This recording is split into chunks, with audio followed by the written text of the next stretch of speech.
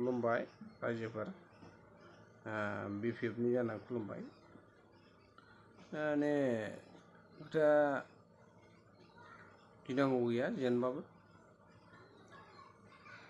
जेननाया मा जायखिया सासे बर' थांबायथ'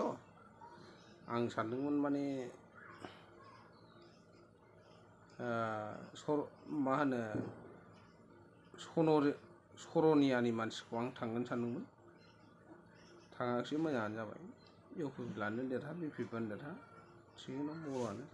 नायनायसै जयन्त मोसाहारियाथ' गोदानसो नालाय पार्लामेन्टआव जुदि फंसे खोथा बुंनो रोङाबा जों सिन्था खालामनांगोन बर'आ बुंनो रोङोबाथ' आरो खोथा गैला रायलायनांगौ गैला मानो गाज्रि मोननायनि खोथा बेबो बर'आनो जोंबो बर'आनो खिन्थु मोनसे खोथाया मा जुदि गंसेबो पार्लामेन्टआव बर'नि थाखाय बुंहैनो रोङाबा बे जानाय नङा दा बेनो जों रायलायनांगौआ देरहाबाय इउपिपिएलआनो देरहाबाय 50,000 प्लासआव देरहाबाय दा जाबाय जा देरहादों माथो खालामनो खाफालानो गाज्रि जोंना BPFना उफाय गैया खस्थ' मस्थ' खालामनानैबाबो जोङो फैगोन 2025आव सरकार दानो नाजानांगोन नों एसे आं एसे मदद खालामलायनानैबाबो जों सरकारखौ नाजानांगोन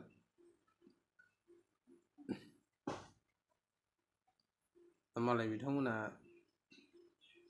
स्रि थादोंबाबो देरहाबाय एगजिट पल होबा मालाय मा जानो एगजिट पलाथ' बयबो मिडिया होयो सोरबा देरहागोन सोरबा जेनगोन सोरबाया लटारि गेलेनाय नालाय सोरबाया देरहागोनजों लोगो जाफ्लाङोबा बेहा मालायनि मिडिया हाइलाइट जालायबाय सोरबा जुदि देरहानाय होयो होननानै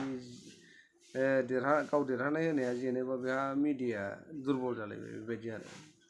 दा बेखौनो गाब्रायनाङा अल BPF मेम्बार गाब्रायनाङा खालमासि जालायगोन जोंना BTC इलेक्सन मेन नाजानांगौआ जोंहा BTCआसो जुदि जाथिखौ फोथांनो थाखाय जों सरकार दायोबासो जों पावाराव फैबासो गोसोबादि जेन'बा जेखौ सानदों बर'नि सिन्था खालामनाय दारना खालामनायखौ गोसोबायदि साननाया BTC इलेक्सनावसो जायो नालाय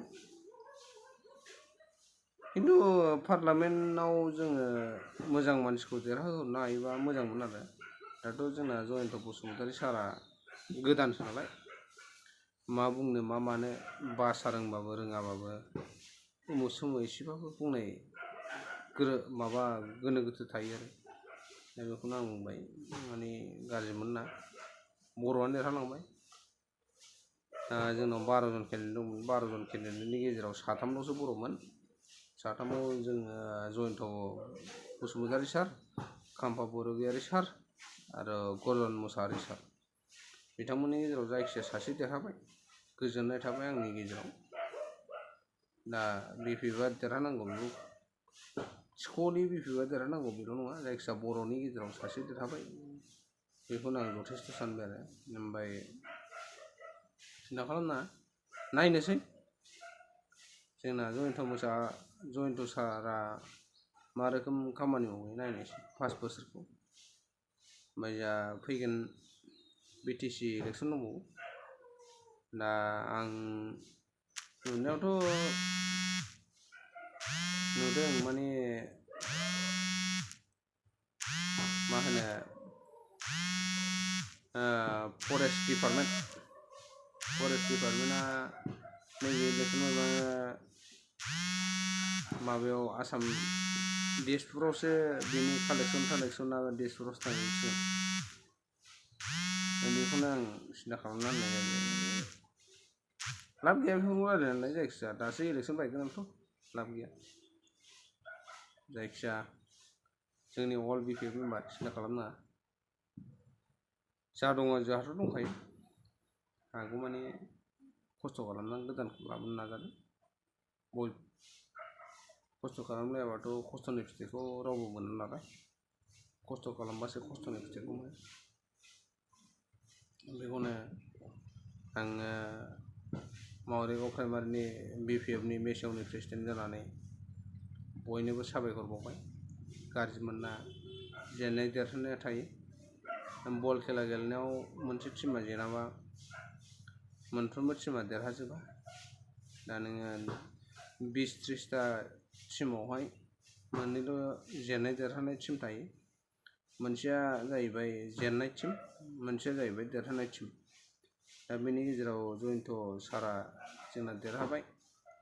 खाम्फा बरगयारि जोंना सारा जेनबाय दा माथो खालामनो खाफालनि लिरनाय दा बेखौनो लानानै गाज्रि मोनलायनाङा अननानै बयबो धोर्ज' थालायबानो जाबाय फैगासिनो इलेक्सना बयबो लोगो मोनलायबाय थागोन दा भिडिअखौ बारा गोबाव खालामलाय थाला दा बेखौनो बुंनानै आं बेयावनो दोनथ'नाय जाबाय गुड नाइट अल मेम्बार्स